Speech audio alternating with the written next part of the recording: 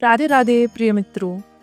आज जो आप सुनने जा रहे हैं वो केवल कोई साधारण कथा नहीं, बल्कि एक आत्मिक यात्रा है।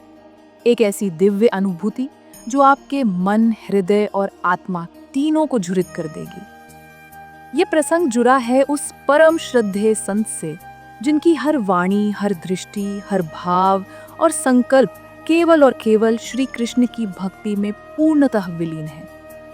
पूज्य अनिरुद्धाचार्य जी महाराज का जीवन स्वयं एक चलता फिरता तीर्थ है और आज का ये आयोजन उस दिव्य यात्रा का एक अमूल्य पड़ाव था।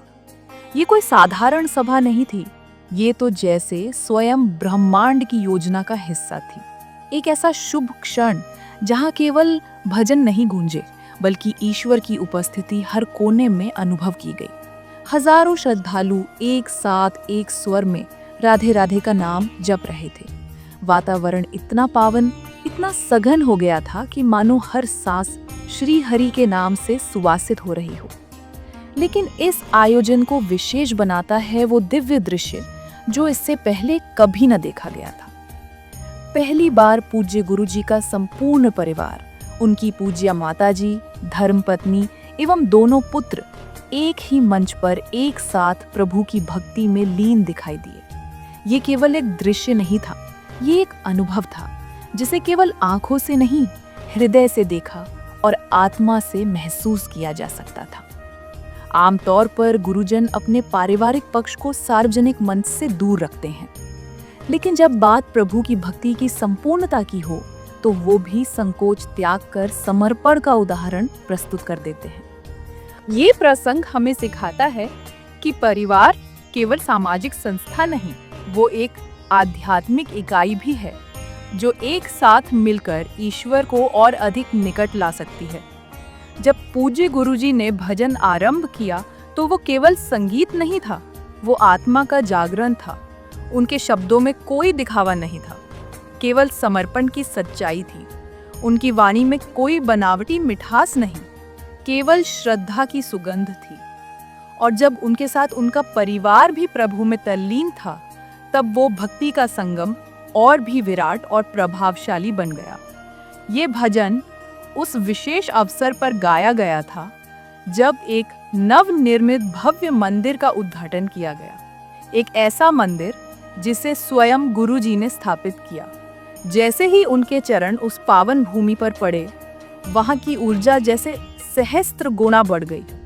ऐसा प्रतीत हुआ मानो स्वयं श्री कृष्ण वहां उनका स्वागत कर रहे हों। और जब भजन गूंजा तो वातावरण में एक अद्भुत कंपन हुआ, जैसे हर हृदय की पीड़ा उसी क्षण शांत हो गई हो, हर मन का बोझ जैसे प्रभु ने स्वयं उठा लिया हो। इस भजन की सबसे विशेष बात यह है कि ये केवल सुना नहीं जाता, ये अनुभव किया जाता है। इसके हर शब्द में श्रद्धा की शक्ति है, हर सुर में आत्मा की पुकार और हर भाव में प्रभु चरणों की स्मृति। गुरुजी की पूज्य माताजी की आंखों में उस समय जो गर्व और प्रेम था, वो केवल एक माँ का नहीं, एक ऐसी आत्मा का भाव था जिसने एक संत को जन्म दिया। उनकी धर्मपत्नी की विनम्रता, उनके पुत्रों की निष्ठा, ये सब मिलकर दर्शाते हैं कि जब पूरा परिवार प्रभु की भक्ति में समर्पित हो जाए तो वे परिवार एक चलता फिरता तीर्थ बन जाता है। ये दृश्य और ये प्रसंग हमें एक गहरा संदेश देता है कि भक्ति कोई अकेले चलने की यात्रा नहीं है।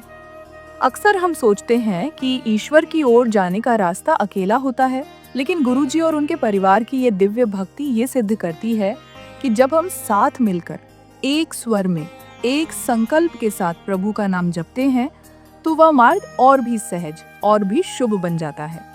जब इस भजन की पंक्तियां गूंजती हैं, मत होना मन वावरे उदास, ये सांवरा जरूर आएगा।